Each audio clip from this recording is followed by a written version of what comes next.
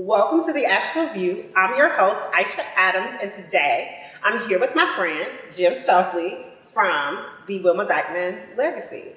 Hi, Jim. Hey, Asha. Can you tell me a little bit more about the Wilma Dykeman Legacy, the mission and the vision? Yeah, absolutely. This was an extraordinary woman who lived about half her life in Buncombe County, grew up in Buncombe County, just north of the city limits.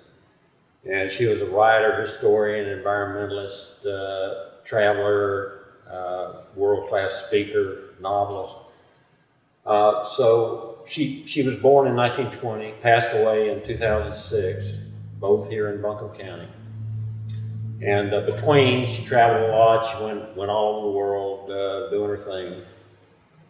But after she died, my wife and I and my brother wanted to not only commemorate her and honor her, because we felt she never got the national and international recognition she deserved, but we wanted to put together a nonprofit organization that would sustain and promote her core values. And basically, in a dozen words, the mission of the Wilma Dykeman Legacy is to promote social and environmental justice through the written and spoken word.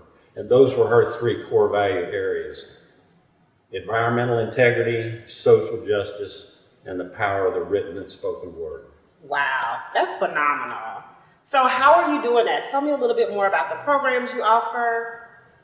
Well, we've done a good bit in 10 years here in Buncombe County, with an emphasis on Asheville and Buncombe County, but we also get into Madison County and the Southern Mountains.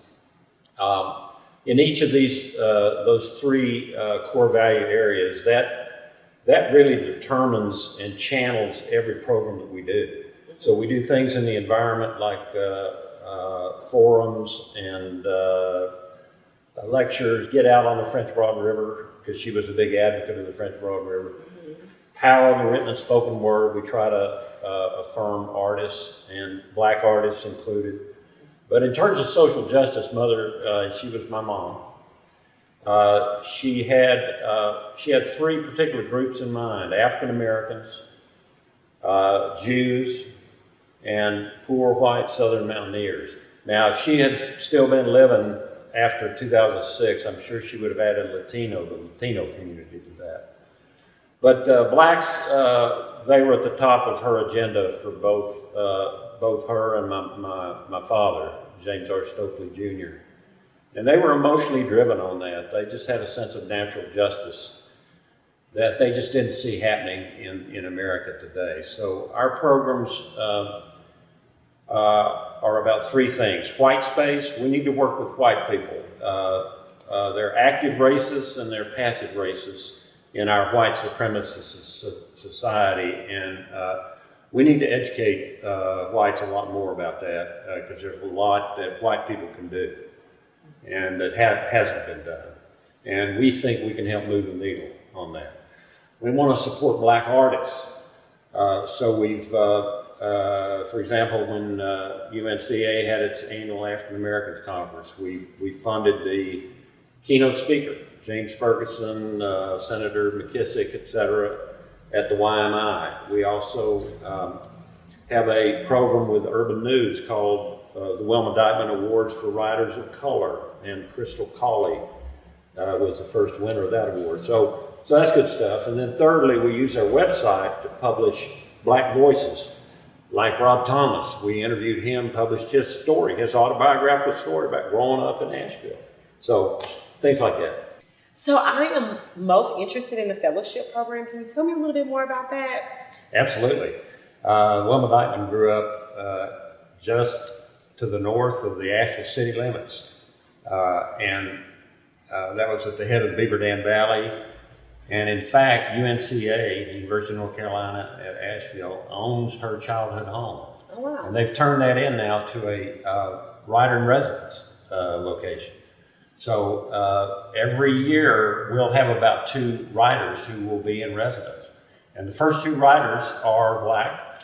The first one spent about a month at the house last year, John Vercher, a novelist from Philadelphia. He loved it, had his first encounter with a black bear. scared him as well as any of us to death. Big black bear, but he'll never forget Asheville. I'll tell you that. The second writer is Nita J. Jackson, and they grew up in the Hillcrest community here in Asheville, and they're teaching now at Emory and Henry. Wow, that's They are really excited to be spending another month this spring sometime. And the third writer has been selected. I don't even know who it is yet, but our selection committee selected a nationally known, again, a third black writer to be at the house. Hi, Jonathan. Can you tell me a little bit about your role within the Wilma Dykeman legacy and why you chose to do this work? Yes, I really chose to do this work because the Wilma Dykeman legacy is a continuation of what I see we need to be about as a community. It's really working to see the intersectionality that we have here in not just Buncombe County, but what we have across the nation. Wilma Dykeman is a daughter of Western North Carolina, daughter of Buncombe County, who really pushed for environmental integrity and social justice and understanding the power of the written and spoken word. And we can see how that has an effect on social justice, which if you're fighting for social justice, that means you have to bring in environmental justice as it goes to where people live and what are the conditions in which they live in. John Beecher, who was our first resident standing here at the Wilma Dykeman legacy at UNCA, he has connected with the Martin Luther King Jr. Association, and we're looking for him to be our keynote speaker come Juneteenth celebration of 2024. So you see this intersection of these two organizations who are working to work on social justice and environmental integrity, but it's everybody's work. How can we keep up with you, your programs and events that are happening over at the Wilma Dykeman Foundation? The best way to keep up with what's going on or what Wilma Dykeman Legacy is really working on or trying to do is to go to our website, to type in Wilma Dykeman legacy.org and go to the website right there, and you'll see the events that have happened, that are going to happen, and are happening. And you also find ways that you can support the work that we're doing, support our writer in residence and other things that we're going forward, because again, it's the work of the community, so we need the community support to do it.